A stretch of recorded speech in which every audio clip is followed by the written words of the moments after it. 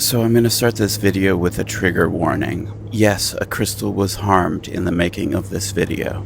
I had a client purchase a very expensive Ethiopian opal, but didn't know how to take care of it. So I had to do some experimenting to figure out how to take care of it. Some people say you have to keep your opals wet, some people say you have to keep them dry. So this is me trying to figure out how to take care of an Ethiopian opal. So what I'm going to do is dry the stone out completely.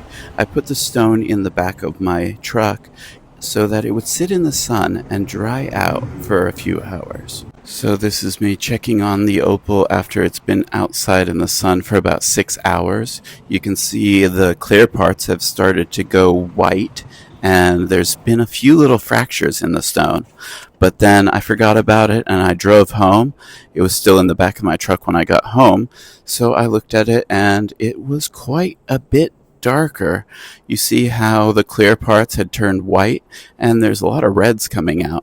Then I let it dry for a few more hours overnight, and this is about the result after that. You can see fractures running through the stone, but the color has definitely changed. Then I soaked it back in water for another 24 hours to see if it would go back to how it was. And it did. It went very clear. I think it went clearer than ever before, less color, and yes, definitely not quite the same stone. It has definitely changed. So I didn't know what to do next. I thought maybe what I would do is try to darken the stone up a bit. So I took the stone, and after it had fully dried out for a second time, after 24 hours, I put the stone into a cup of coffee to soak for another 24 hours, because I thought maybe the coffee would soak into the stone and darken it. This is after soaking an Ethiopian opal in coffee for 24 hours. Yeah, you can see there's a tinge darker to it, and you see a little bit more of the color popping out, which is very nice to see the color again. And then I had to let it dry out a bit more, so I put it in the sunlight. But once I put it in the sunlight again, it created all sorts of fractures in it.